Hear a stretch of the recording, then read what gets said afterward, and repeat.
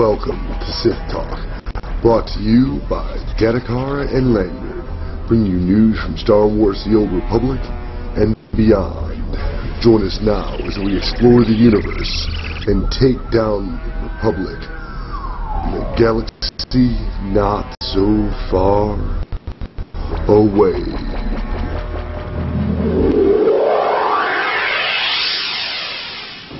Hey everybody, and welcome to this week's edition of Sith Talk. Of course, we had some big news for you last week. We've got a little bit of news. We got a fair amount of news this week, of course. And, we want to thank everyone for checking out the new episode of our newest podcast, Name in Progress. We actually decided that's going to be the permanent name. So for the first 5 episodes, we're going to list those on our Sith Talk site, as well as on a Name in Progress Podomatic site.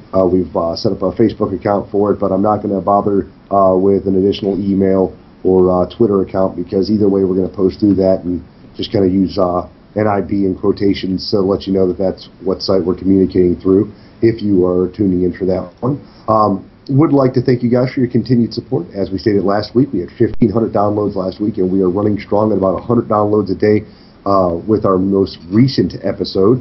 We had said that at one point or another we were going to start doing some audio versions or video versions of tutorials for the game. Being that our partner over at SWTOR Strategies actually has a lot of the walkthroughs, I don't want to step on their toes by double dipping into those.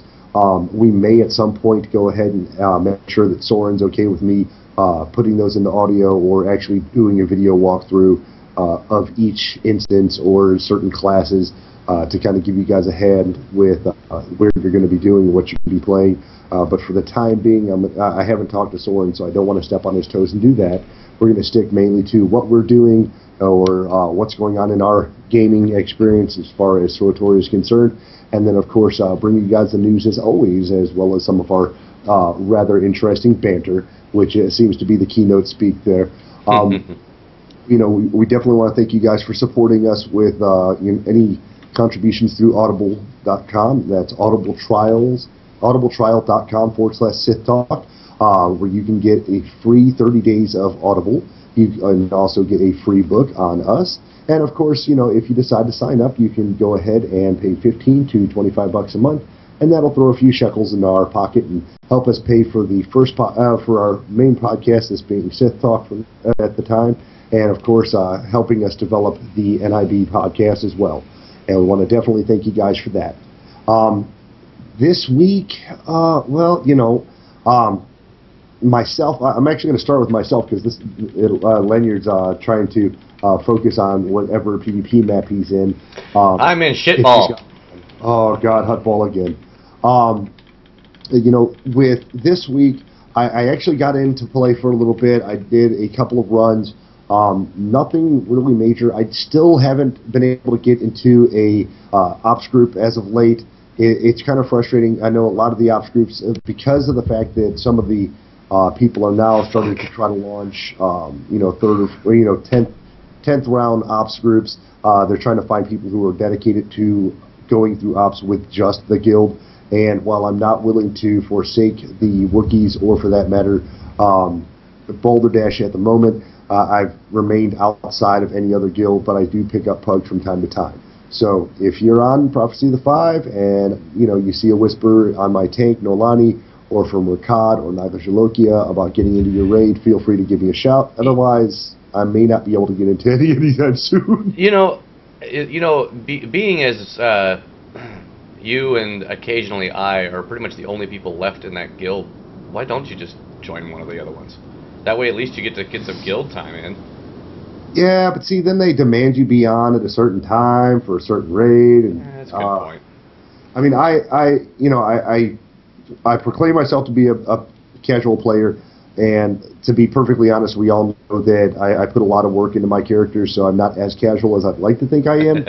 But the fact still remains that I don't like the idea of having to adhere to a schedule. By and large, we are playing a video game, so it's not something that I should have to log in every night at X time. Plus, on our server, it actually is very hard for me to get into a raiding guild because there's very few late-night raiding guilds, late-night ops groups. or late night ops guilds. And see, that's where I get kicked in the butt. I, on average, get off between 11 and 12 CST, which, if I was on a West Coast server, might not be that big of a deal, but because we're on an East Coast server, it makes it a horrific deal for me. Much like if you were to try to do it on your day off, doing it midday would be kind of a pain in the ass. Yeah. You kind of have to, no matter what server you're on, you always have to hit that sweet spot that's somewhere between 7 and midnight. And while that's a rather large spot to hit, that means 1, maybe 2 days a week I can actually get into those. So what I try to do, I really do, is I try to hit Sunday night and Monday nights right after I get home from work, because that's when all of the stragglers who didn't make their guild raids actually put together a decent raid group made up of basically the social outcast of their own guilds. So, I end up focusing more on PvP. I'm still trying to get Hot Chocolate leveled up. Unfortunately, when I tried to get some game time in today, I had one of my power supplies take a shit on me. As some may know or some may have kept up with, at one point I had a 1,000-watt power supply and it blew out. I didn't have the information to RMA it, so I was kind of off that 1,000-watt supply, but I had 2 700s, and through a little bit of electrical tape and paper clipping, I was able to suffice the power supply need on my video card. Unfortunately, now here's the killer, is the power supply that died wasn't the one that I had paper clipped. It was the one that was running the rest of the system. Yeah, and it's unfortunate that one copped out on me, but luckily I did have a surplus and was able to throw the 700-watt power supply that I had initially just plugged into my graphics card into my system, so I'm still able to play some games, just not the ones that require the best of my video card, which is depressing. But it is tax season, and so far I'm looking to have a fair to middling tax return. Obama has not destroyed those of us in the lower income just yet, so I'm happy about that. I lost 2% of my income. Well, you will on every paycheck, but this isn't the political podcast. We should start political. No, we don't want to do that. Oh, I would end up hating you, and you would end up hating me, and we would never talk again, and it would be the end of us. No, it wouldn't be. But I do want to get back into playing a little bit more religiously on the SWTOR game. It's frustrating for me from a perspective that a lot of our listeners and a lot of the people who have tuned into the show and I've talked to on or through Vent, and it's a situation where you get into the game and there's a lot of your friends on, and you really want to get in and see all those people, and then one day you log in and slowly but surely your friends list becomes vacant. Yep. It happens. It really does. The only time that even with WoW, I know we were talking about this on the other podcast, but even with WoW, eventually people just start fading out. They find something else to do, they get a girlfriend, they get married, they die. Yeah. Well, hey, that's a sensitive subject when it comes to the WoW thing. Yep, it does. I had the same problem, man. But, it is unfortunate that more of the people that I played with, and some of them, it's not that they're not on, it's just that because of a lack of account-wide friend lists, isn't there. Like in WoW, we had the BattleNet.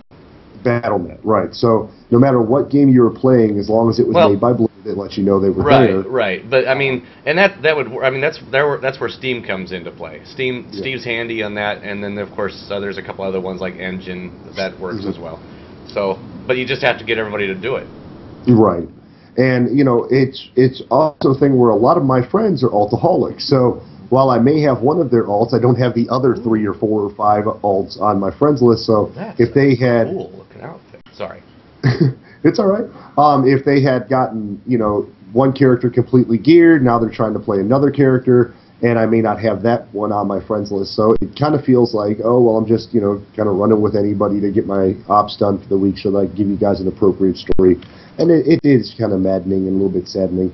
I would like to see, or hope to see, SWTOR get everything together and finally release server transfers, so that maybe I could take a couple of my characters off of one server and put them on another one, so that I'm able to get in and run with people like Brutus and some of our other friends who have West Coast accounts on PvP servers. Hopefully they're all on PvP servers. I'm pretty sure Brutus is, because because we didn't get merged into the servers that they are on, it does kind of hurt that. If it does happen, I will more than likely transfer Naga off of our main off of the pot of server and onto another server, just so I can be able to play with them on there, and that may open me up, because Brutus is in a fairly hardcore guild. I think he's got 2 raid teams right now. He was talking to the folks over at Memories of Zendar, Mox, whatever the Mox is, the Mox guild. Mox is a world first guild for SWTOR, and are actually working on the world first kill of the world boss over on Savis at 5 stacks. So he was on there talking strategy with them and trying to get out how he could get his raid team through it. And he is, and apparently Brutus is leading his main raid team through that fight. Nice. So it's really cool that we do know that we have buddies who are active and running through. It's just unfortunate they're not on our server, and transfers really would help me out with that problem, because I could at least take 1 or 2 characters over to another server for whatever price. I'm wondering if when they do release that, if they'll end up doing a static situation where we're actually able to load up, the pay characters are able to take their characters over for a lower price, and then the free-to-plays will pay a little bit more and be able to transfer their characters. Hopefully, free-to-players thought ahead when getting into the game, and that their friends are still active. Right. But like I said, not a whole lot of activity on me other than the norm. Sadly, no real memorable runs. I mean, I get into some runs, and they're real speed runs without any problem, without any fail. And then other times I get into runs, and I'll be honest, at this point, if the run's not going smoothly or someone's giving me shit, I'll probably just bow out. Right. And it may be me just being a dick. It may not be. I don't know for sure. I just know that certain days definitely don't feel as good as other days, and it pisses me off. So, I just drop out, say fuck it. Yeah. I do enjoy the games. I do enjoy the runs. I actually enjoy PvP still more than I do running the hard modes anymore.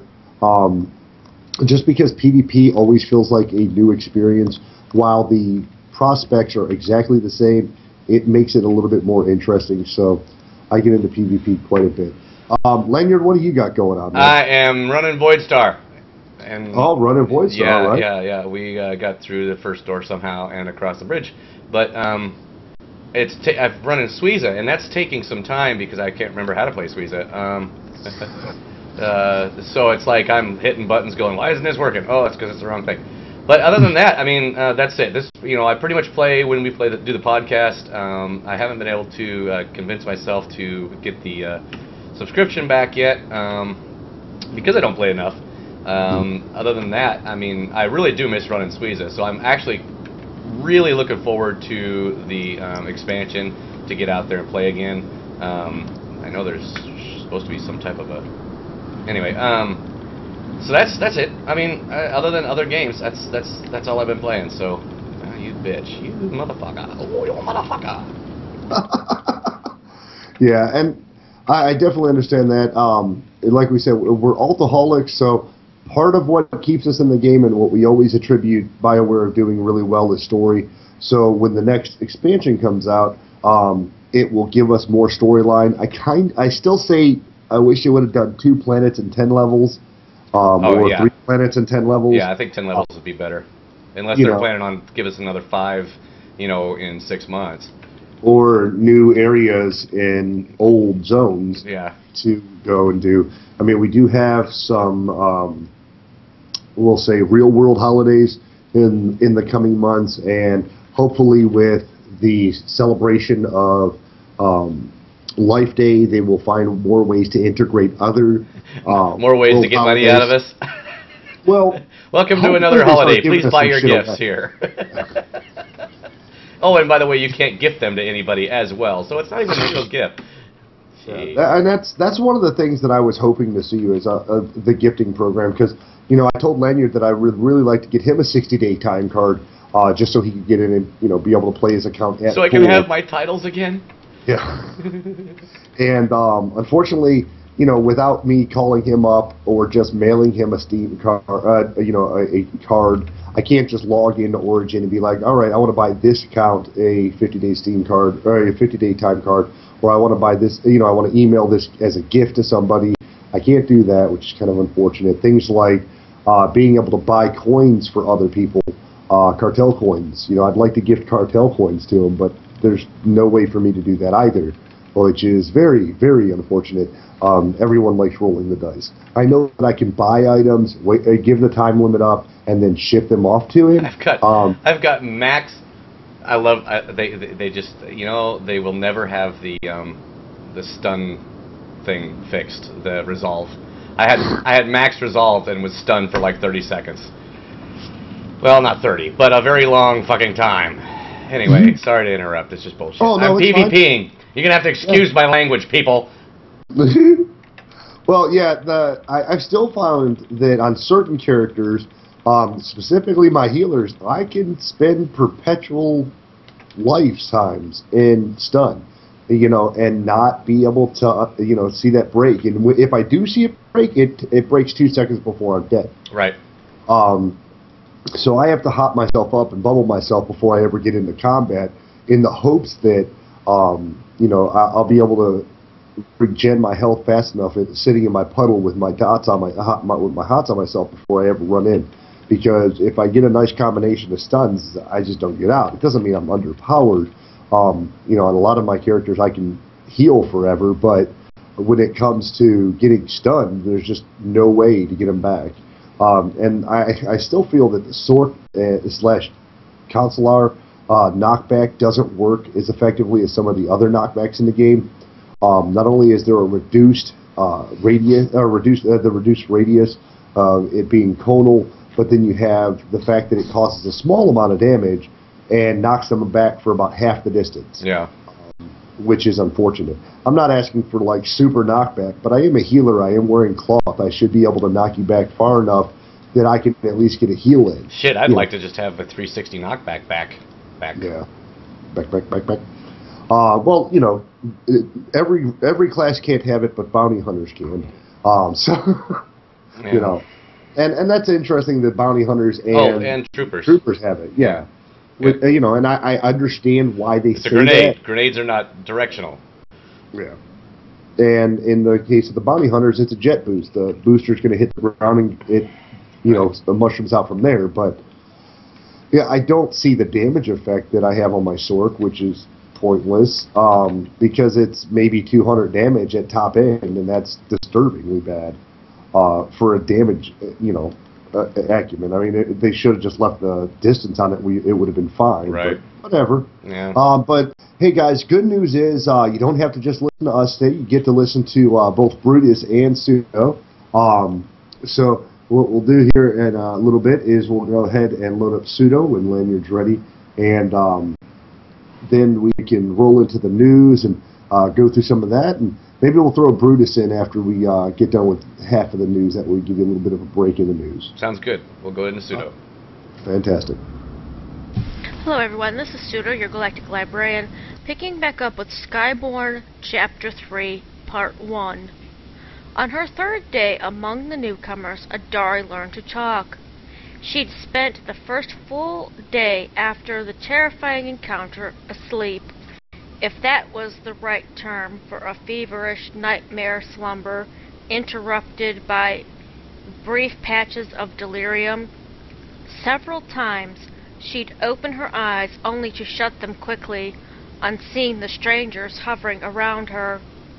But they were tending to her, not harassing her, as she found the second morning awakening between an impossibly soft blanket and the rough ground. The newcomers had found a secluded dry spot for her, with several figures sitting vigil. Adari had drunk in the water they offered, but it didn't restore her voice.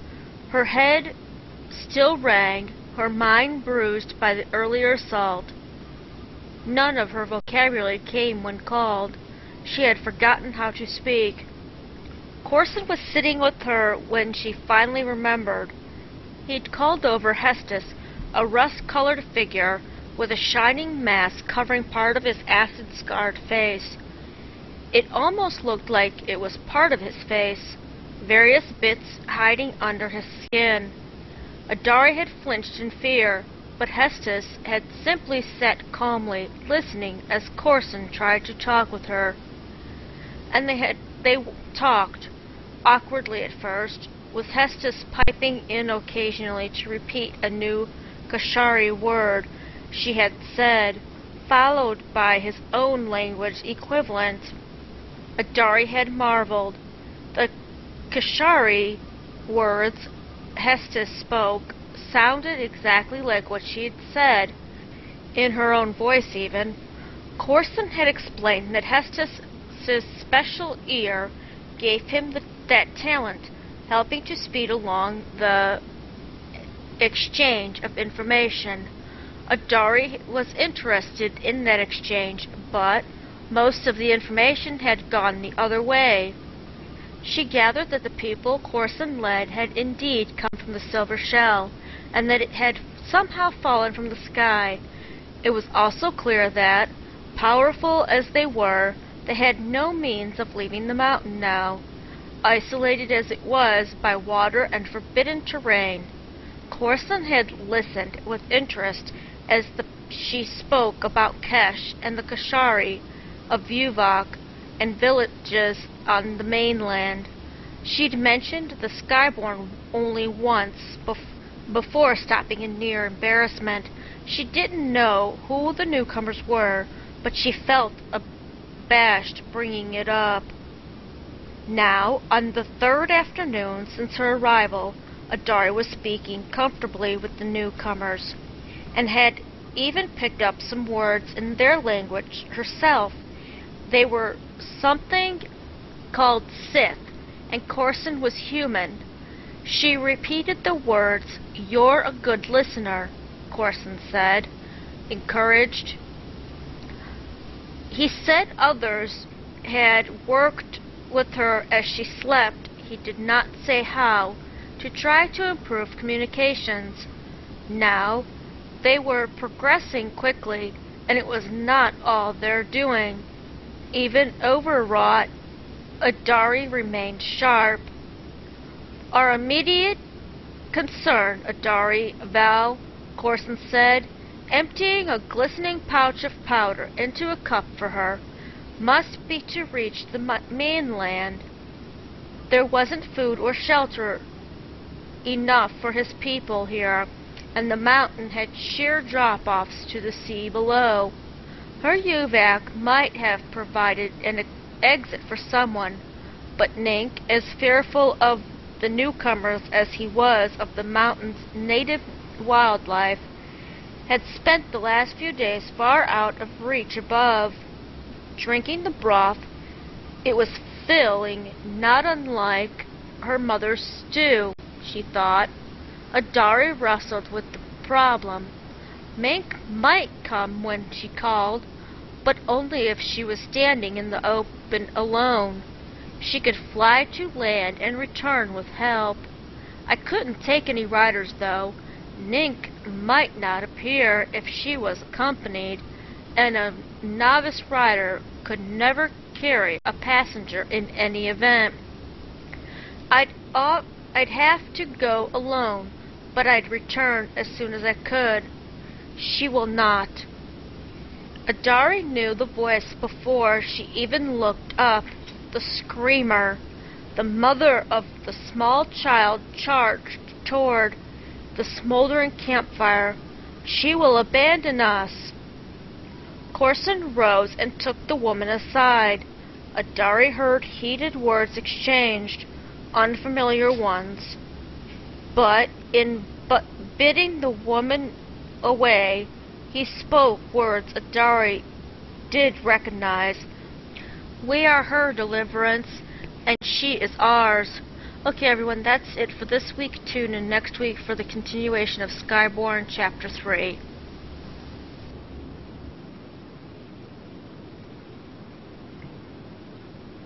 That was lovely. Wow, that was a quick 6 minutes. She told me it was 6 minutes. I'm like, oh, okay, you know, I got plenty of downtime. Wow. Yeah. Well, thank you, Sudo, for that week's portion. And as I tell everybody, I don't proof hers. I like to have it be a surprise to me when I listen to the whole podcast and when I reel it all together. So, let's see. Well, we do have a fair amount of news. So, let's see, Lanyard, you want to get make sure we get Brutus his due, and then we'll go into the news. Sure, we can do Brutus first. Let's do Brutus first, just so we know we didn't forget about him.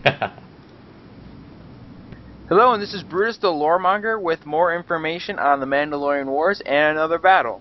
Now, last week I did talk about the Siege of Terrace. If we jump back a little before that event, there was actually the Battle of Serico, and Revan actually feeling the event of the Battle of Serico, and just a little after the Battle of Terrace, where Revan will actually, in a sense, have the Jedi join the war. But with the Battle of Serico, before it actually happened, Zane Carrick, who keeps recurring most of this time during the Mandalorian Wars, actually had a forced vision that the cities of Serico were going to be bombarded by the Mandalorians. So he took it upon himself to go to the Republic forces there, knowing that he could be captured, and warn them of this event. So he found, through a series of events, he did find Cartho Nasi. Now, Cartho Nasi, if you played Knights of the Old Republic 1, Knights of the Old Republic 2, he plays a very important role during those games. So, and he has a great backstory into the Mandalorian Wars. But here he is a commander in the Republic forces, and he decides to bring this information and Zane Carrick to his commanding officer. But at the same time, and he knows who he is, but he doesn't believe that he killed the Padawans there. But when he brings him to his commanding officer, his commanding officer immediately recognizes that this is the Padawan who killed all of his fellow Padawans. And I say this in air quotes because it did not actually happen. So he was arrested at that point. Although he did give the Carth the information that the planet was going to be bombarded, his commanding officer did not believe him, saying that Mandalorians wouldn't do it. So when the Mandalorians came, they actually split their forces, half their fleet going to Serico, half their fleet going to a sister planet that was a short light speed jump away. And it caused the Republic forces to decide, do we consolidate all of our forces on one planet in order to protect it, aka Serico, or do we split our forces to try and protect both, because they both were part of the Republic? And they actually split their forces, which caused the Republic fleet, both of them, to be almost obliterated. But before they were obliterated, when the Mandalorians jumped in, they sat just outside of Republic firing range and launched 27 nuclear warheads at the planet. The Republic thought they were aiming the nuclear warheads at the fleets, so they shot missiles and other things like that in order to intercept, which they missed because the trajectories were all wrong, physics, everything else. So, in any event, 27 nuclear warheads hit major cities on Serico. Billions died. At the same time, Revan and Malak, aka Alec, Alec was basically called that before he fell to the dark side and became Malak. They were both on the planet of Cathar trying to figure out what actually happened there. Cathar was not a member of the Republic at that time, so there was no real information as to what they were supposed to be seeing and anything else like that, because about a couple years went by after the events of the massacre at Cathar. But as they were there, Revan actually felt the deaths of all of the people at Serico, kind of like Obi-Wan feeling the deaths of all the people at Alderaan when it got blown up by the Death Star during Episode 4. And so it was basically like that. Now, he felt it, and Revan decided to spend a little more time on the planet, and start calling in all of his Revenites, his followers, to the planet. So, at the same time as they were coming in, this was the rebellious group.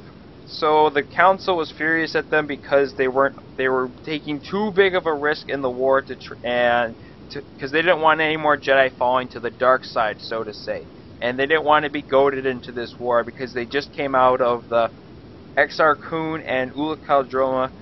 They were both Jedi. They fell to the dark side and whatnot. And then Jedi Civil War. So they followed the Revenites to Cathar in order to force them to disband or be arrested. When the Jedi that were loyal to the Council and the Jedi that were loyal to Revan, they were about to go into a conflict. Once they met up on Cathar, they all of a sudden started seeing Cathar and running towards the sea, and Mandalorians chasing some of them down, shooting some down, things like that. All the Jedi at that point saw what was happening and were going to immediately jump into the defense of the Cathar when all of a sudden Revan realized that there was a Mandalorian mask on the ground and realized that this was actually a Force vision and that nothing anyone could do at that point would actually matter at that point because the events of this Force vision had already passed. So they had to actually watch the events of this massacre play out.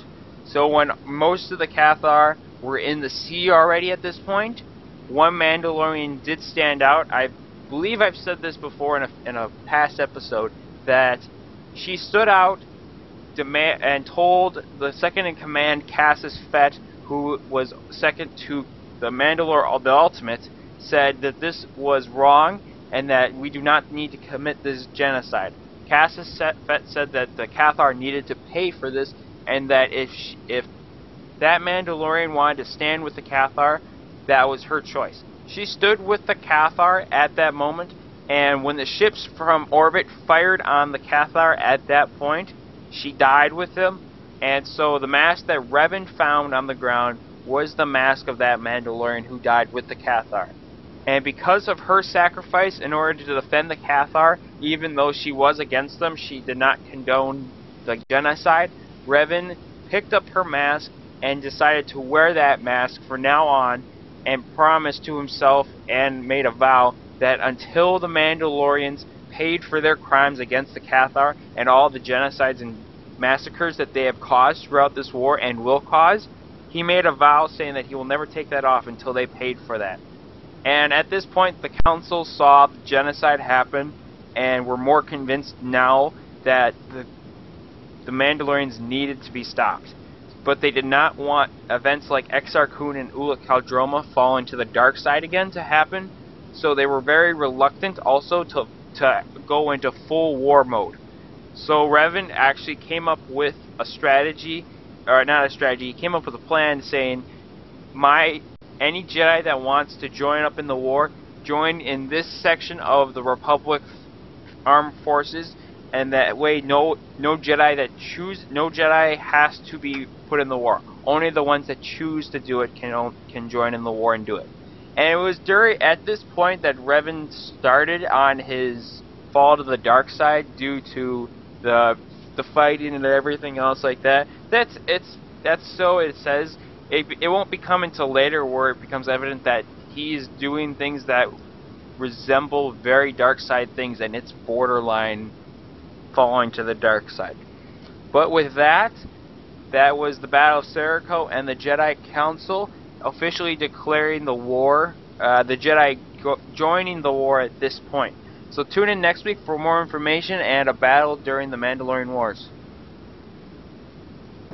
Alright, now it's our episode from Brutus, and we want to thank him for that. He actually jumped in Vent today to say, hey, Dad, did you make sure to get my episode? And I said, well, we checked it last week to see if you had an episode in the box, and I didn't see one. I said, do you remember what it was called? And then I go and because I keep his in a secondary file on my computer just in case anything ever happens with Dropbox. And I go, well, we got this one, and we got this one, and we got this one. Well, I said, this is the newest one, and I read it off to him, and he's like, yeah, that's the one I gave you guys. I went, oh, shit, we thought you didn't have one for last week. So He goes, oh, that's cool. I just want to make sure you use that one before I recorded the next one. That's what happened. Okay. Yeah. Cool. Well, I'm glad we got it. I'm glad we got it. But yeah, we do have a fair amount of news, so can you play that beautiful bean footage, please, sir?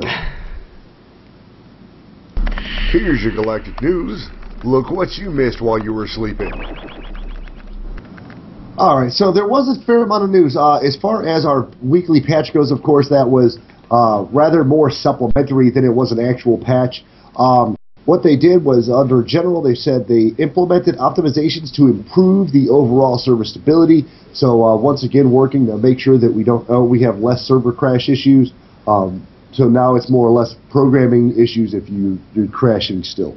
I have to joke though, because I always for a while with Battlefield, I had noticed a ton of crashes. Like unlike in an MMO where the day you load in, they remind you, hey, we're going to do a patch this week, or they have it on their website. Looks like Lanyard's got a call. Unlike with a standard like MMOs where you get a warning, you get no warning when the server crashes on them or when the server's taken down from service. And I thought to myself, well, maybe this is just EA's thing. They're like, hey, it's Tuesday, it's time for your shit to blow up. And I thought about how many times my game had crashed, and I was like, wow, so maybe it's just an EA thing where games just randomly crash on you. And then, of course, in the cartel market, it says updated cartel art for the Skip Tracers cartel pack. The art now more accurately reflects the in-game appearance of the Fancy Revelers armor. So now the armor actually looks more like they do in the previews, so that's definitely a good thing. Over on the SWTOR strategy site, they had put together a little article they call the Giant Crazy List of SWTOR What Would You Wish For article, and part of it was spurned from the users on the SWTOR Reddit link. It says, if you could have any features you wanted in SWTOR, what would they be? What features would you be willing to pay for if they added them to the game? Some SWTOR Reddit users have a nice thread going on about their SWTOR wishes. Everything from the practical to the ridiculous is coming out in this thread. Here are some of the mentioned items. One of them, which is kind of interesting, not sure I'm 100% on it, but I kind of like the idea. A legacy-wide companion menu for crew skill maintenance. Now, if in crew skill maintenance what they're talking about is the idea that you can go through and operate your crew skills on any given, all the way across your legacy, that would be fine. I don't know though, man, because in my eyes, if you're doing crew skills, you're using. If it was more of a thing like you could use your crew skill, but you were able to use the entirety of the bank across your legacy, I guess that would be a more appropriate thing. But what I am concerned about is if they were to implement something like that, how would you justify like this? The other character just have a bunch of mats on them. Would your legacy have to have the mats on them? Would it be anybody in your legacy could have the mats? And the idea of companion crew skills being across the server, like being able to see them, I could see, but it being able to send people out for missions, that I don't get at all. A legacy-wide bank, now that wouldn't be bad. In the World of Warcraft, there was... What did I miss? You must be talking about legacy-wide companion menus for crew skills. Sorry, my boss called. That was an important call. So. Oh. Yeah. The beauty of live recording. Or sort of live recording. Sort of live, yeah. But no, they were talking about a legacy-wide companion menu for crew skills, and my thought on it was that if you have a legacy-wide companion crew skill listing, that's okay. Like if you could see what your other characters could create for you, but being able to utilize the missioning, I don't see that being very good for a game. Like how would you manage then the like if you were going to say in my case, like I sent hot chocolate out to make some implants for one of my other characters, but I'm on Rakat. Oh, Well, okay. So you can send your family out like a companion if you were on. I'm getting you. I think that's a great idea. I think that's great. it would be okay, but the problem is you then have Probably to cost micromanage. Probably cost 140,000 credits though, or That's cartel coins. 140,000 cartel coins. But it's one of those things where if it did get implemented, how would you manage the mats? Like you'd have to have a legacy-wide mat system or a legacy-wide bank to be able to appropriately manage this. Well, yeah, there you go. You have a legacy bank. A legacy bank would be great, where you could access stuff that your other family members are making. Yeah, that's good. This is a great idea. These are Reddit users, so I'm just trying to think of a way you combine them to make them more accessible for each one of them. So you didn't come up with this idea yourself? No. I'm not that big of a genius. I don't even think about it. Here we are thinking of silly things. Those are good ideas. Yeah, they've got good. Well, yeah, we're thinking about crazy things like calendars and server transfers, stupidness like that, or real buy to play a game. Yeah. Let's see, twice as many missions available inside crew skill selection. I don't. There's more than enough missions as there are. I mean, the idea that they should introduce maybe a few extras because people are just farming mats through crew skills, but I don't see that one making much sense. A way to have one companion designated for a conversation while another companion is physically summoned. What? Why would you? What? So what now? Say that one again. They want a way to have one companion designated for conversations while another companion is physically summoned. So they want you to have two companions out, one that comes out only for conversations. Well, yeah, okay. That's dumb. But that's rep farming on an individual character. And it's dumb, but I mean, because I understand their laziness. Basically, they don't like when I used to run around with Suiza, and I would carry Alara with me because she was my healer, right? Right. But Tano was more along the lines the way I answered shit. So every time I come up to a conversation, I'd say, "Hey, Alara, can you run back to the ship and grab Tano for me?" And and then Tano would come, and then I would answer my questions. He would be happy with my answers, and then I'd go, "Okay, go back and get Alara," because otherwise Alara would be pissed off at everything I said. So I can kind of understand that laziness, sort of. Yeah. Kind of. Here's one that'll be funny to you later. One person would like to be able to watch Huttball games while queued for war zones. Seriously? Hey man, if it's on Reddit, it's real. Why the fuck would you want? No, I got this one. I got this. You could have like real announcers. Oh, what a terrible dress. So what they could do is do some a couple of segments, so that when you go to the local pub, right? We've got big screens on every one of them. The big screen. Oh, that would be fucking killer. You could sit there, have a beer, watch the game. Beautiful. And it's live action. It's actual fucking PvP matches. That would be interesting. Boy, I tell you because, what. games like that, they're hosted on their own server. The code writers would have a fit trying to figure that one out. What the hell is that? Well, but see, the games like that, they're hosted on a sub-server. So all they have to do, I'm not a programmer. all they have to do, but what they would have to do is literally take a line straight from that server and designate it for a part of the ship. So you could, imagine using all that useless space on your ship. Like, I don't feel like going out. I wonder what's on TV today. Yeah. Hop on the Huttball game. Pop, throw on the Huttball game. Wonder how the frog dogs are doing tonight. And that would make going to the pub or hanging out in your ship kind of interesting. Yeah, that would be kind of cool. Hey, I know that guy. You idiot. Yeah, right? You telling me you knew? Wait a minute. I thought this guy said he was the bomb in PvP. He blows. Yeah, that would be awesome. It'd be like having Justin TV put into SWTOR. That would work out. Let's see. Now, here's one I kind of like. This one I kind of like. Yeah. Legacy Companion Summoning. Okay. generate a companion with the same class items and name as another character in your legacy with a default set of abilities associated with that class. So they're saying that you could... Now, that one's kind of...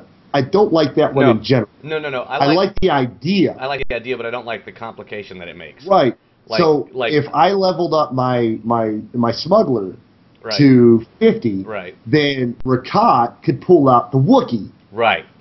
That would be bitching. Right. I would pay good money for that. Would be dope. I would like that because I would...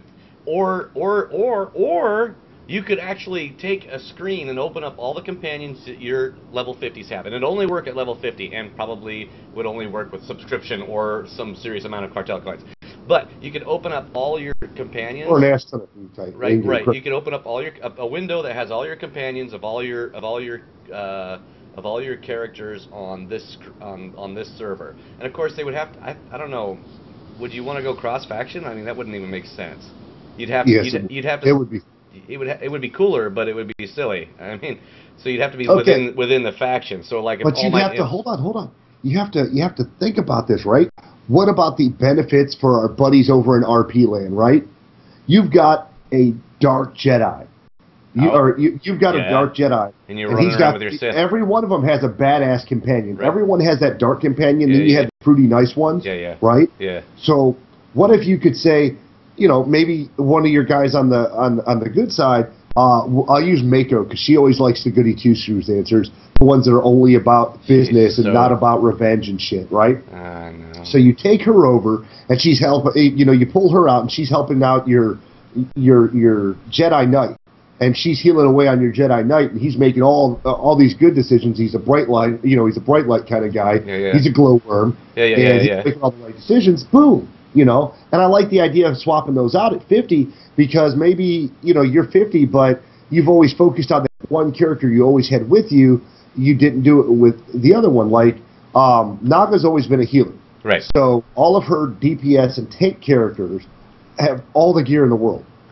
Or her DPS and tank character has the most of the gear. So how much nicer would that have been if I had just leveled up a healer, then I needed a geared tank to get me through some of those tough zones because, as we pointed out, not a lot of people end up grouping unless you have to. Mm-hmm. It would be nice to swap them around. Or maybe just for a fucking change of pace. Who gives a shit? But what I was getting at was, okay, let's say like Suiza here, okay? So Suiza's got all of her companions, and you could pull up the window for all the people on the Republic side, for all your companions that you have on level 50 characters on the Republic side. So I've got... What do I have? I just have Suiza. She's my only 50. Okay, so on the Imperial side. So I got all the 50s, and it pulls up all of my companions of my level 50s on the Imperial side. And I could go through and say, okay, I don't want NX14 on Suiza. Move him over, and you swap them around, and that way it's permanent. So when you open up your character, they've got the companions that you want to run with that character. Or more interesting, if you could do that, it would also benefit people when you have, and a lot of classes have it where when you were leveling up, you chose crew skills that maybe don't fit any one of your characters. So there's there's a lower possibility of crit or multiple occasions of decision making. So that I see it's got a good premise, but you kind of got to narrow it down a little bit. Yeah. And it would also be cool too if you had a family house. Family home, like on Alderaan or something like that, right? Well, you could go. Now you couldn't obviously play with your characters, but you could go into your little fortress or your home, and all your other characters are there. They're eating dinner or watching a Huttball game. And that would lend itself the idea to the legacy bit. Right. Yeah. And these sound like perfectly free to play options. They sound like great RPG games. Yeah. So I'm getting pissed because the more and more I try to actually play this game, I'm getting pissed. The more and more I'm realizing I can't do shit. I'm looking at Suiza going, why the hell is her uniform pink? So I go to change it. Oh, you better pay for that. You son of a bitch. Oh, I need to go to the new X zone. You gotta pay for that. You son of a bitch. Oh, I gotta go pick. Oh, look, here's a node I want to scavenge. Oh, you gotta pay for that. You can't do shit on this game. You don't have to scavenge a node by pay to play. Oh, yes, I do. I had to pick only 2 crew skills. Right. I can't have my third. Which just which means you have to purchase things off the auction house to continue assembling. See? Or I've got 136 daily awards because I don't do much with her as far as dailies. Right. I said I'm gonna go spend those. You can't. You gotta pay for it. I have to pay real money to buy in-game shit, to buy in-game stuff to use my rewards. Yep. Requires artifact equipment authorization. Yeah, I remember that license. It's on the auction house for an amazing price. An amazing price? Yes, an amazingly high price. Is it temporary or is it permanent? It's permanent. I'm gonna go see what they got in the auction Although house. I don't remember whether or not it's legacy-wide. Because I am not paying fucking real money for this shit. That's bull. Don't be surprised if you get freaked out by the price. Moving forward, let's see, Legacy Ignore. This is good for people who make a job out of trolling. Okay. Legacy Ignore. If you put someone on Ignore, I want to be able to ignore everyone on their account /legacy. That's a good one. I'm okay with that. I'm okay with that. The problem with that is that they introduced the idea of multiple legacies.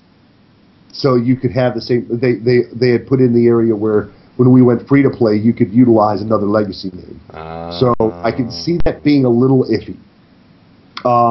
But if you're trying to ignore that person, every account all characters in your account are linked, so I can understand and make sense of that. Let's see. I would like the ability to summon my alt companions, which is actually a better version of one of the last one, the one prior to the last one. That's what we were just talking about. Right. That would be more. Well, they put it on there twice, so I thought that was interesting.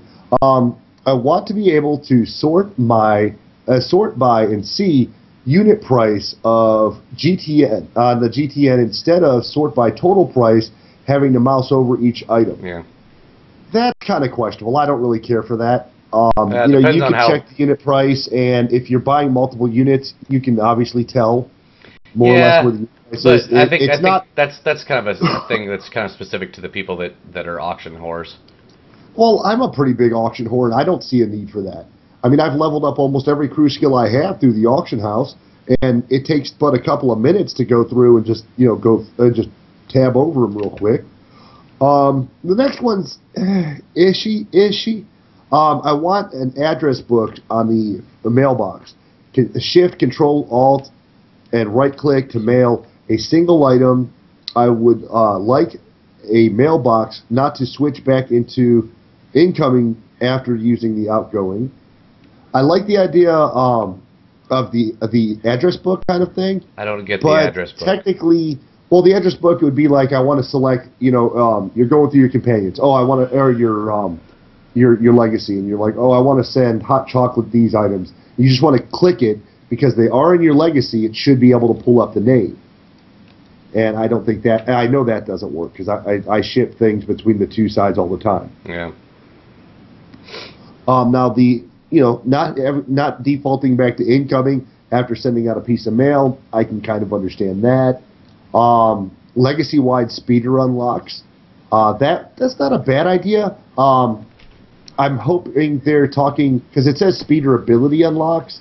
I don't want I do kind of want the ability to unlock all of the, if I pay X amount of credits or X amount of cartel coins, I would like to see the legacy-wide unlock, 10, 35, and 50 speeders.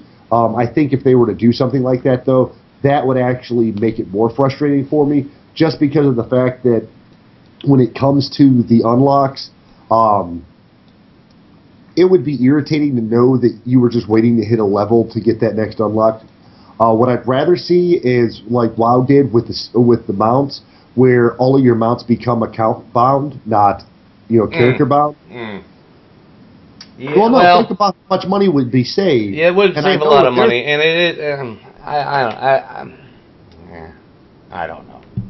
Listen, if you were on your level 10 and you could get into your big Corvette of a mount, would that not be better for you? Would you not enjoy that a little bit more than having to ride on the dink mount the entire time until you hit the right level? I like riding the dink mount.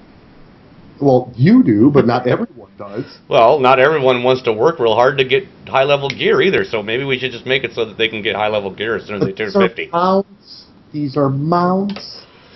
fucking Hey man, ride. you start with one. Yeah, the slippery slope led uphill for you for when we went free to play, and it went steep. It went steep. Now, this is kind of something we talked about a little bit when I was telling people on our other podcast about how I like games where I can listen to my own music. And Lanyard commented, but you turn the sound off of all of your games. Yeah, so an in-game MP3 player? In-game music player, yes. An in-game music player that lets you play any of the soundtracks or something from a designated library on your system. Like iTunes. This is a plug-in that World of Warcraft had. Yep. World of Warcraft had it. Yeah, individual ones. EVE Online has it. Yeah, and though I always say that it defeats the purpose of developing game music, it doesn't. Some people really do enjoy the game music. You can get it through the cartel market, right? Because if I say through the cartel market, they'll actually consider it. And what it is when you get it and you pay for it, your character walks around with a little box and earbuds. Little MP3 player while you're blowing shit away, and that way people can look and go, "Oh, he's listening to his music." We've already got it in the system. They just you can just it'd be like an alternate skin. Ready? You know that little boom box that starts a party wherever you go? Oh, right. It just follows you around. It follows you around. You summon it like a pet. You summon your jukebox, and you can just right-click on it and choose what you want to listen to. There you go. And boom. There you go. I like the iPod. Or they can do it like the iPod Shuffle. Yeah. They can do it like the Shuffle. You have absolutely no control over what you listen to. Anything in your music library could pop up, and you just kind of walk. Yeah. You know, some asshole will be in there playing dun dun dun dun dun dun when he goes into PvP. As long as only that asshole gets to hear it, we're okay. Right. Dude, can you imagine the complaints? This asshole in his Corvette mount keeps banging out his rap music. I'm sick of this shit. I want country. With all the, you know... Speaking of country, I've got a new mount. A pickup. It's got a little bed in the back, carries around a hay bale. You get it off of, like, I don't know. Oh, but I wanted to go to Tashi Station. Take the pickup, dick. Take the pickup.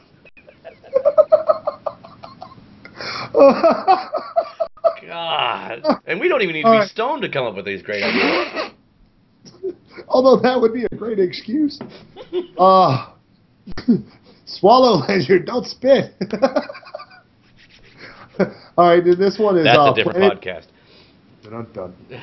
Planet-to-planet quick travel without going through the spaceport. I do kind of understand this to a certain extent, but... It's the old... What was it? Back when I first started doing this podcast, I don't understand why the hell we can't land our ship on a planet. Yeah. Like, why the fuck is our planet not on the ship? A planet not on the ship. A ship not on the planet. It just. Yeah. I kind of agree with this guy. Going through the spaceport is kind of stupid. I mean, now we can go straight to our ships, but still, it's like, why can't we just walk up to this? You know, walk into the spaceport that's there on the ground and go straight into our spaceship? I don't know. That makes sense to me. Well, I can tell you why. Because they have a lot of fucking missions where you have to go through the spaceport. Yeah. And it's kind of alluding to the idea that you can't cross through an area because it's part of your mission line. You have to go there. They've got missions developed for you to be in there. You know, everybody unlocks it through a mission to get your shuttle. Everyone has a submission when you go to get off of your planet. Every planet has a submission where you do have to go to the spaceport. Even our most important one, which is just getting from our training planet to the fleet and then off again, has a submission which takes you to, you know, Black Talon, or, you know, the Imperial equivalent or the Republic equivalent. Next on the list, it says legacy weapon unlocks within ranged melee categories, sniper rifles for commandos, staves or saber staves for marauders. I don't care. Yeah, I don't. The idea of using a blaster pistol, a blaster rifle, a sniper rifle, or a you know, big old blaster rifle doesn't really offend me. As long as it's ranged for ranged and melee for melee. I mean, if you got a Sith Marauder running around with a now, I guess he could use a pistol because they have used them in the movies, but still, But even that was only when their lightsaber was either cut in half, dropped, or whatever. Yeah, and then they say I don't like using these things. Yeah, so. Character renaming. Now that's not a bad idea. Character renaming for something it's like that's a simple one. That's easy. That's a possible. Yeah, I can see. Guild renaming. Now I can see this because you invest a lot of money in the guild in itself. Starting off from making it to creating your guild bank. So just a simple renaming process would not be bad. No. Legacy renaming. Now, this is something they swore that couldn't happen, but now with the cartel market, there's always the chance that you change the name you want for your legacy. Right. In-game barbershop or a way to modify looks within reason. Reason. I don't think you even need reason to be perfectly honest. This is space. These are aliens. I want to make myself look like a rat ghoul. This is the fucking future. Well, I could see where within reason, I'm presuming they're saying, well, I don't want to be able to change my race.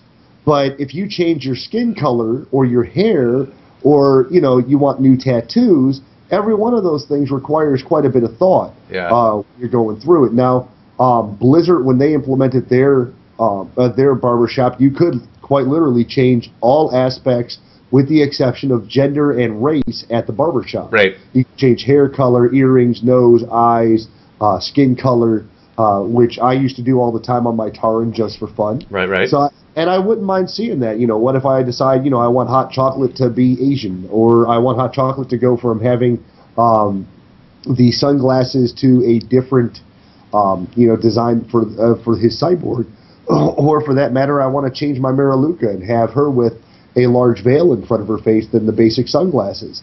That I definitely understand. More races to choose from. Now that's a given.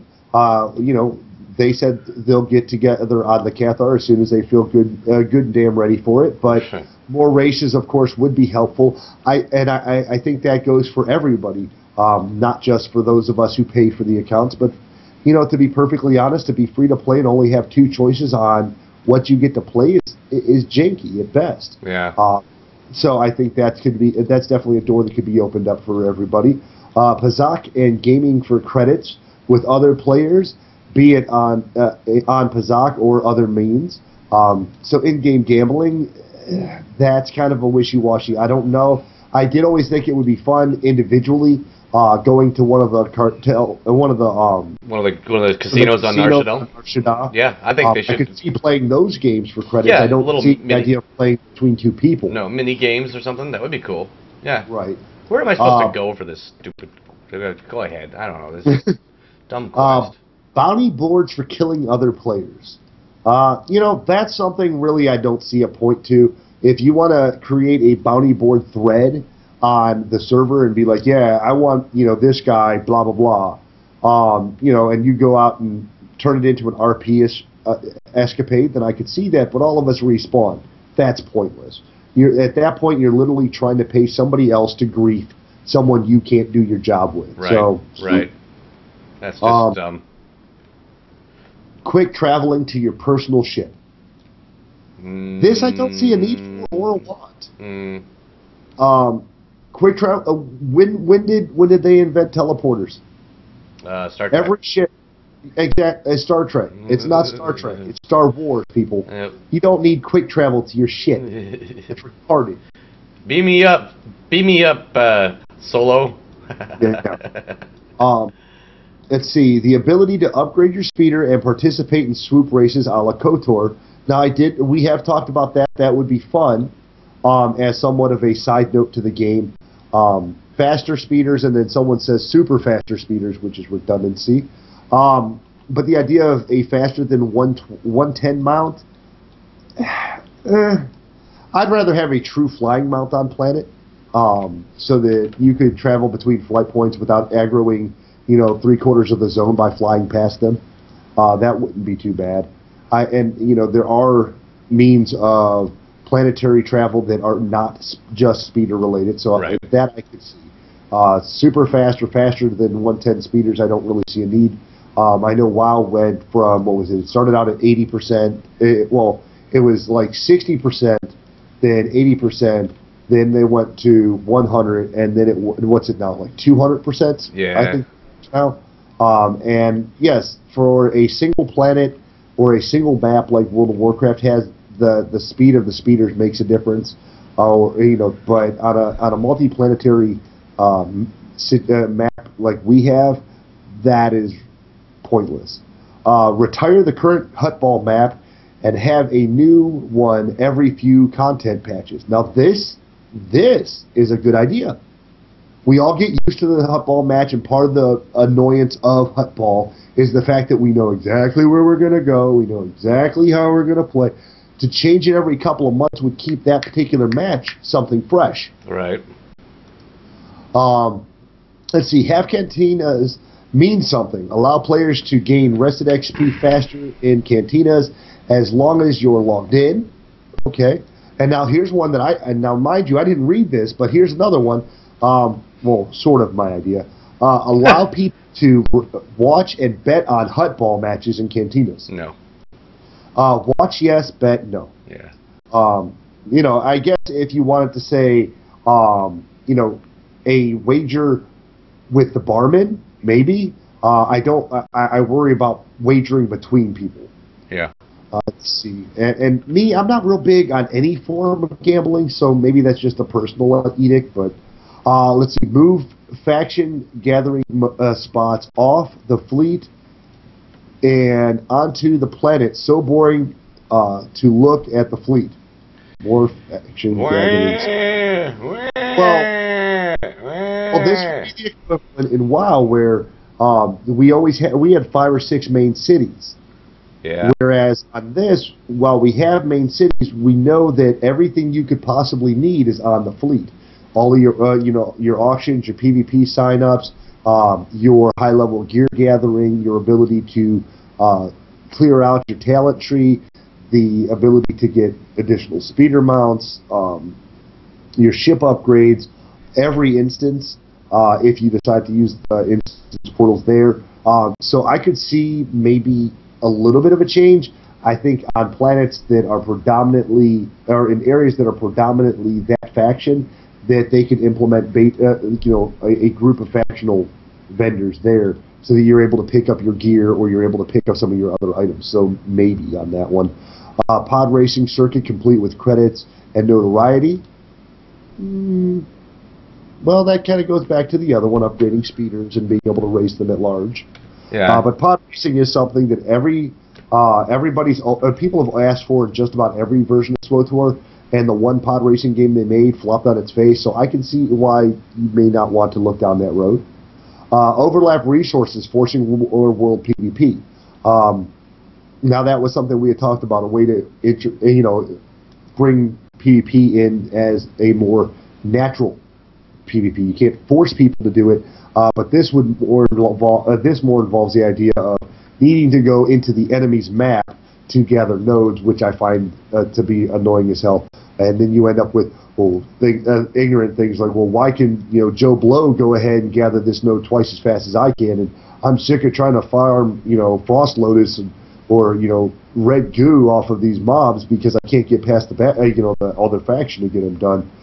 So I could see that actually being a hindrance to enjoyable gameplay in some cases. Have different type of quest beyond kill 20 bonus mobs and find and click 4 blue things. What the hell do they want? That's every game, buddy. Yeah. I don't give a damn what you do. That's every game. Yeah. Either kill or gather 150. God only gives a damn. Right. And then turn it in and come back and do it again. What the hell else do you want to do? I mean, there's nothing else to do. Well, I mean, and even in, like, we had talked about Secret World, one of the first missions we got there was, we had to go and get this shopping list that this dude died trying to get, so go and get his shopping list filled. And literally, you made one big fracking circle, but you were always going, okay, kill these mobs, grab this thing. Run over here, kill these mobs, grab this thing. So there's really no way, if you're not going to be intelligent about it, then don't bother. Right. If you can't tell someone what a good way to restructure a quest would be, we've already got missions where we have to go and explore a zone. So you go and you run around the zone and poof, you win. And really, that to me is the only other way. What would you like some more go here, rescue damsel in distress, Or- and then slow walk Well, 400 yeah, miles. exactly. Escort missions. Ugh, I hate those The things. bane of my existence in World of Warcraft. I do not want an escort mission. Oh, they've got them in this game in SWTOR too. It's like, But- ugh. yeah, And but in fact, you have one in But in SWTOR, you have one in Secret World too. yeah, You but gotta in escort a SWTOR, dog. when you did it, you know, it was like, oh, you could do it. Well, then you get on your mount and just run, you know. And it And followed you. It didn't Right, matter. and in certain parts of WoW, you had a guy that would literally walk and stop and fight some shit, and walk and fight some shit, and walk and fight some shit. So there's no way to not get around. Just go grab 20 of these and come back and see me later. Right. Oh. There's just no way to get around it. You're right. It's just, give me a break. Yeah. You know, and these were apparently some of the favorites on the suggested list. And you can, of course, check that out at Reddit. Let's see if they have a direct link to it. They probably don't. Yeah, it's reddit.com/r/SWTOR for the features. You know, and go on there and see what you can throw up there.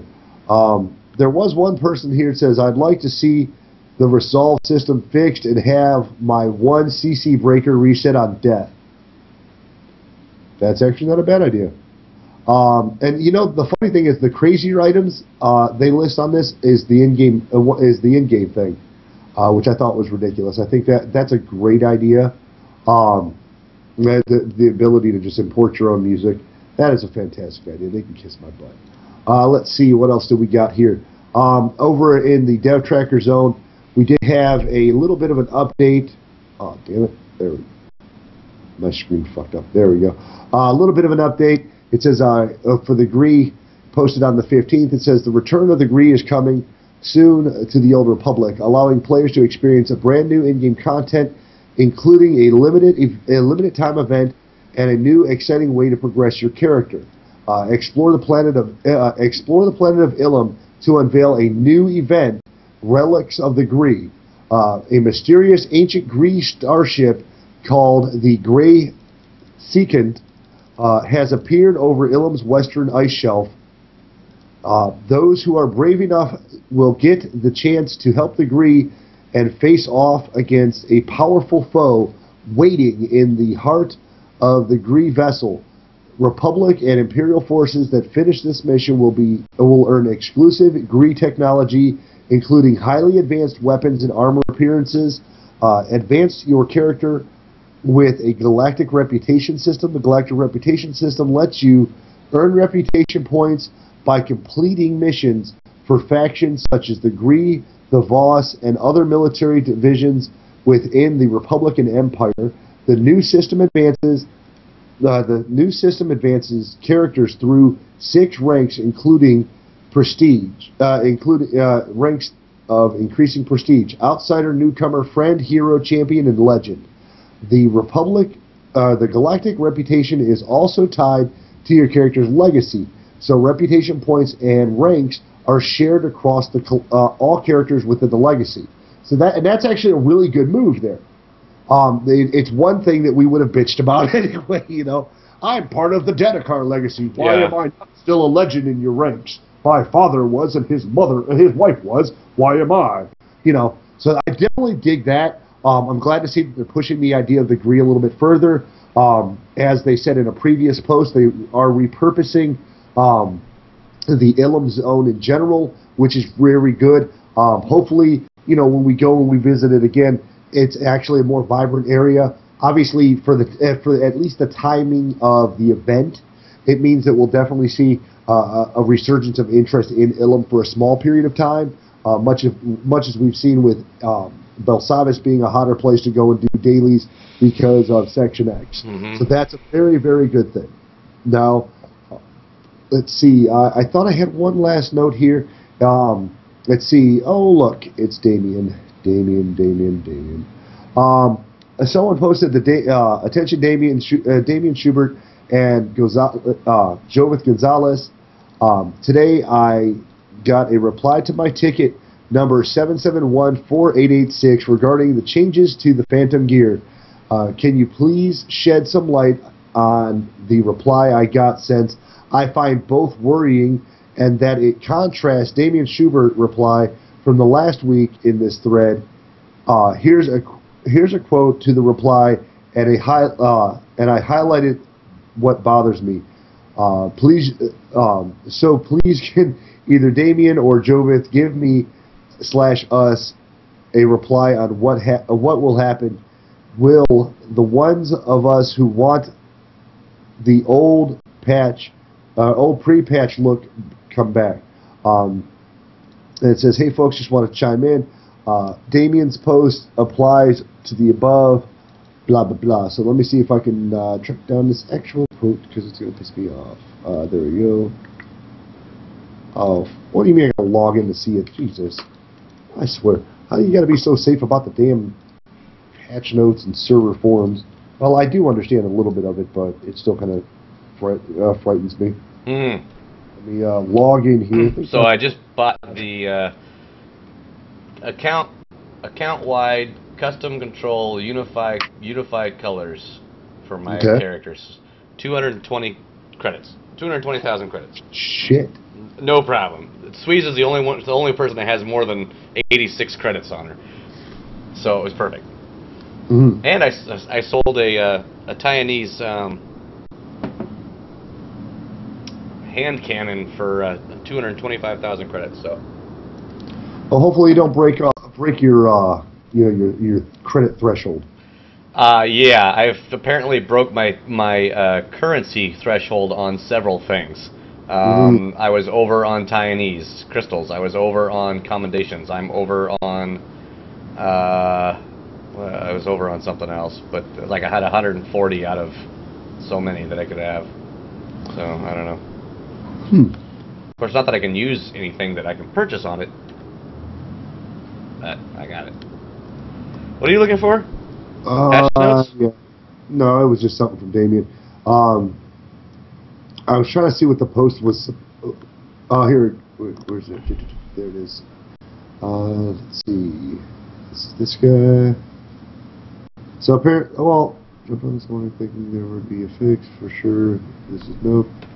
I'm trying to find Damien's because there's the direct link isn't there, which is Yay! Squeeze is in her pink again.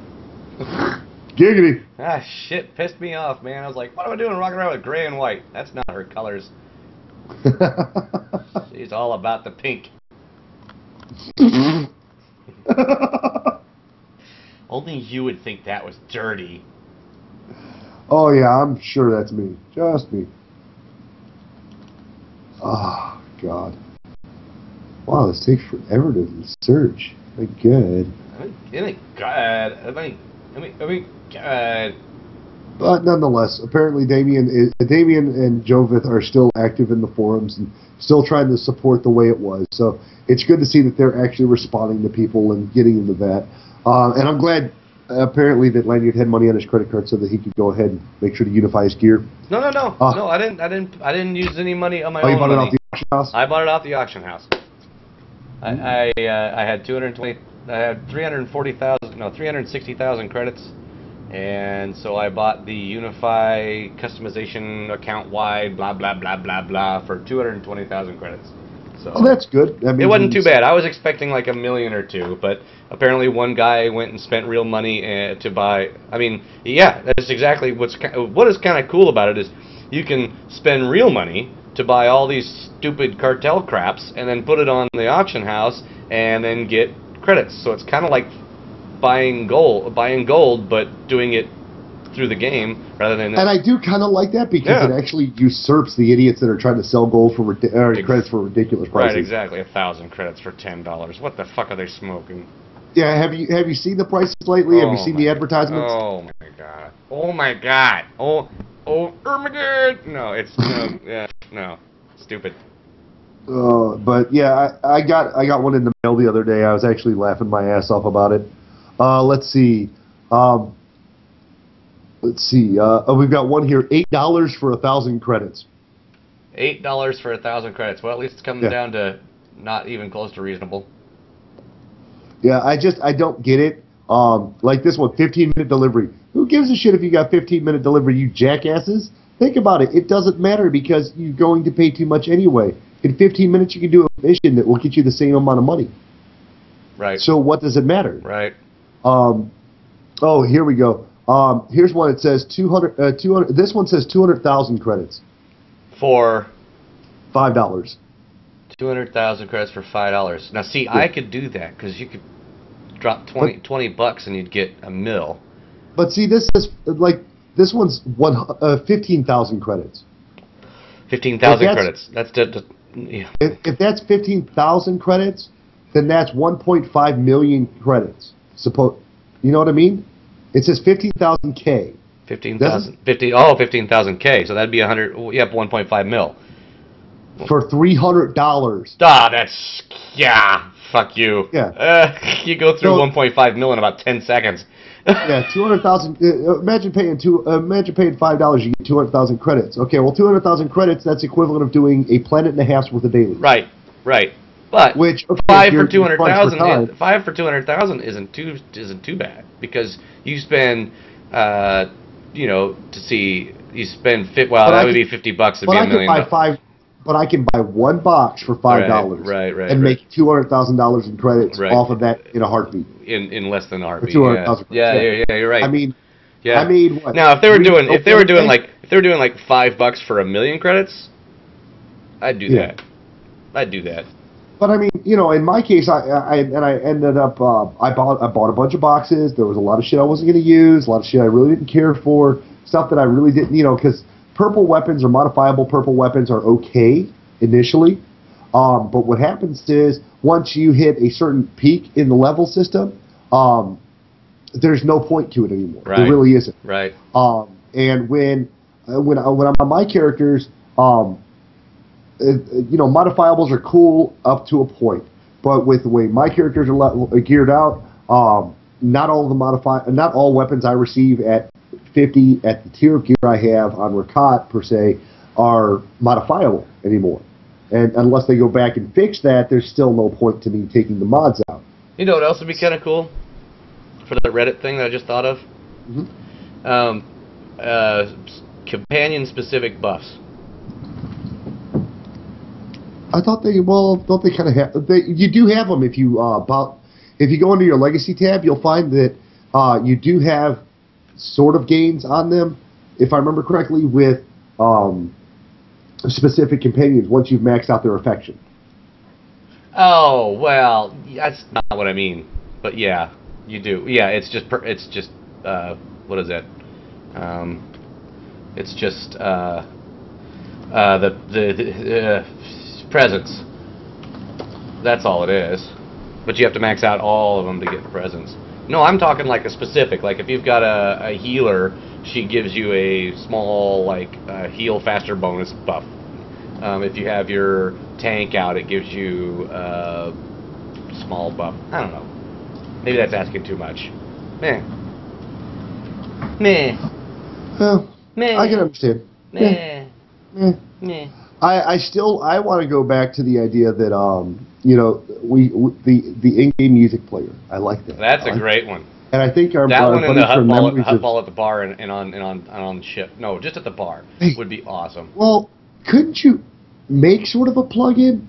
Yeah. Memories of Zendar put in that DPS mod, right? Okay. So their process is just literally taking a line of recorded a line of recorded information and pulling it out of the game. So, yeah, but how would they do the Huttball game? Would it be following a specific character, or would it be an overview, or would it be camera switching? Because that all entails more script writing.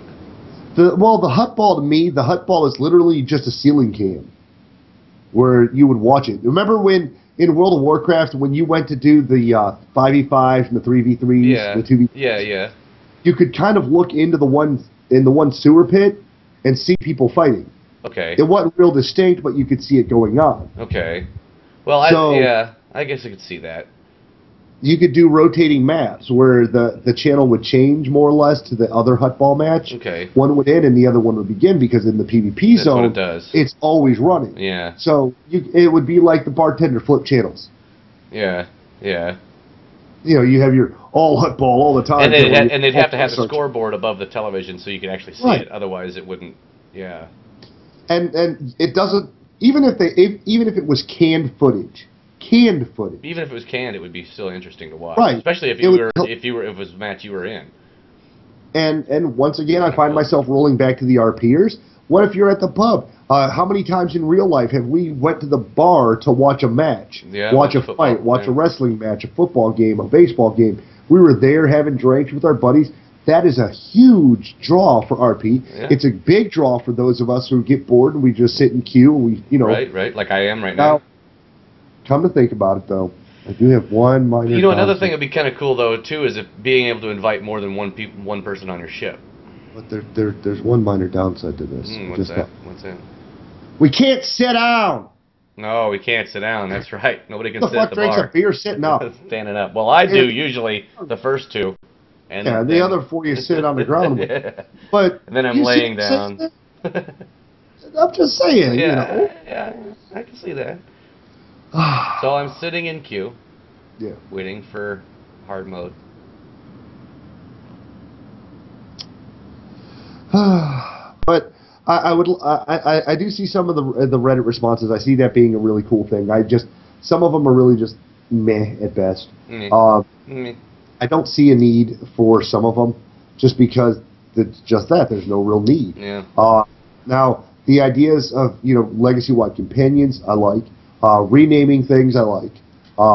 There was the argument with if they didn't have story mode, the story versions of it, that you should be able to rename your comps or your kidneys. But because they do have their own soda story, you really can't rename them. Not really, no. I would like to see it opened up as far as the maps for Huttball. Even if they were to go so far as to say, give us some tester footage, like redesign the maps, throw them up on the screens in the cantinas. That would be kind of cool. That would be a great way to issue previews or news reports. We all have had to click on those the orbs or the news station units to be able to see a transmission. Yeah. How about piping those straight into some kind of big screen throughout the different areas? That would be nice. Or even have a news thing somewhere like in the bar, where you've got in the cantina where you got different TVs, right? You could sit there and just watch the Huttball game with your buddies, or you could click on it and actually see it full screen. And you could have one that's running, say, the news, and you click on it and you have their characters doing the recent patch notes or something new in the Star Wars universe type thing. That'd be kind of interesting.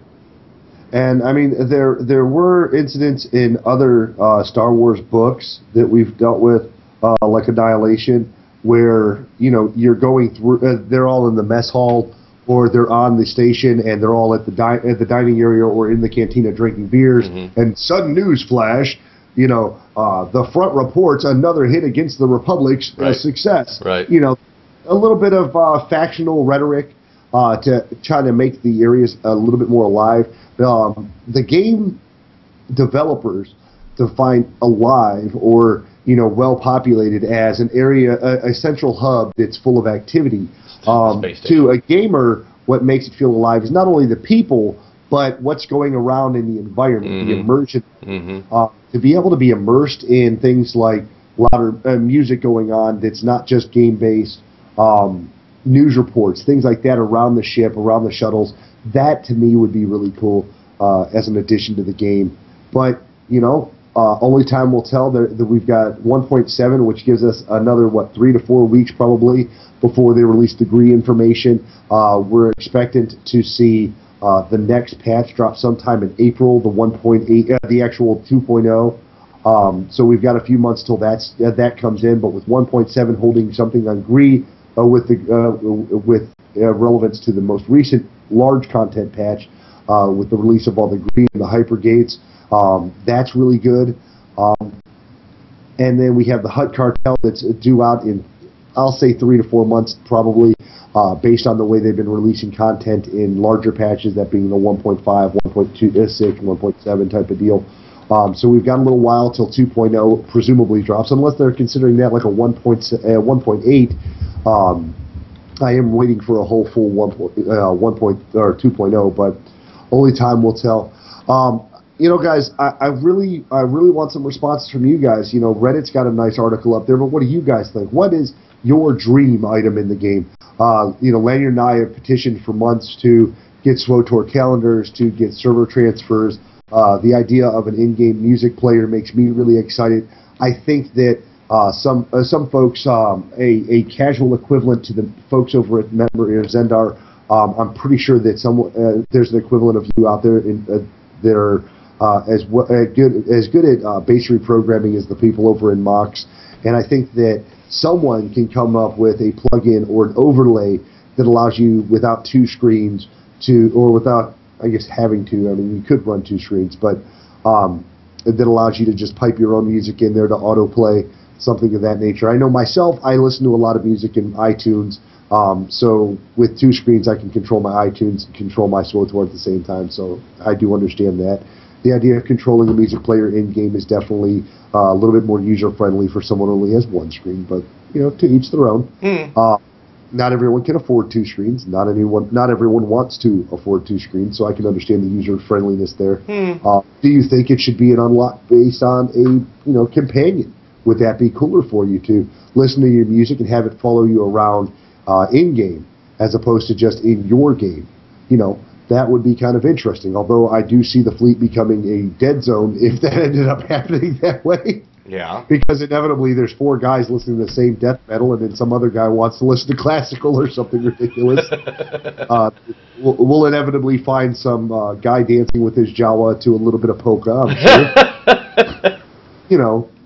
But that is part of what makes our community so great, is that everyone in the MMO world is all over the place. So I thought you had a point. You were like, oh, just waiting. I'm just waiting to. I just got into a hard mode.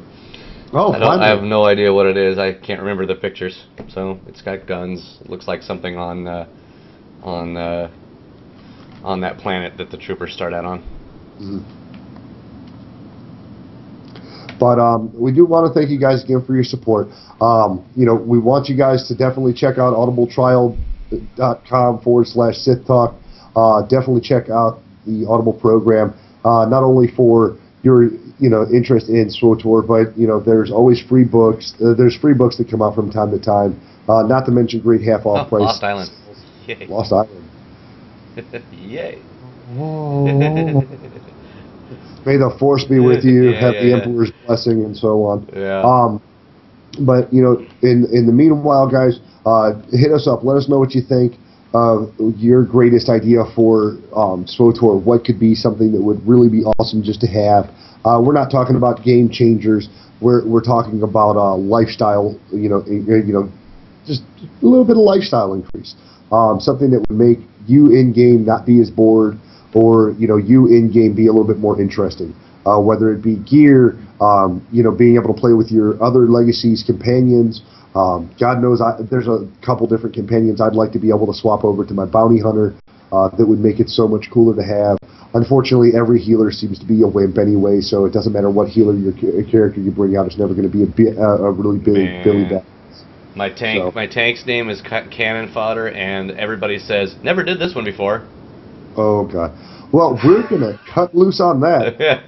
Want to thank you guys again for your support. Hit us up at SithTalk@gmail.com, at SithTalk on Twitter, and of course you can always post on our Facebook page, and we look forward to seeing you guys and your responses to our question. What do you want in your SWTOR? Until next time, we'll see you in the pit. Thank you again for joining us here on Sith Talk. Lanyard and Dedekar look forward to talking with you next week. Remember to follow us on Twitter at SithTalk, or stop by our Facebook page at facebook.com /SithTalk. And of course our Gmail is SithTalk@gmail.com. This music brought to you by freeplay.com. And remember, peace is a lie. There is only passion. Through passion I gain strength. Through strength I gain power. Through power I gain victory. Through victory my chains are broken. The Force shall free me.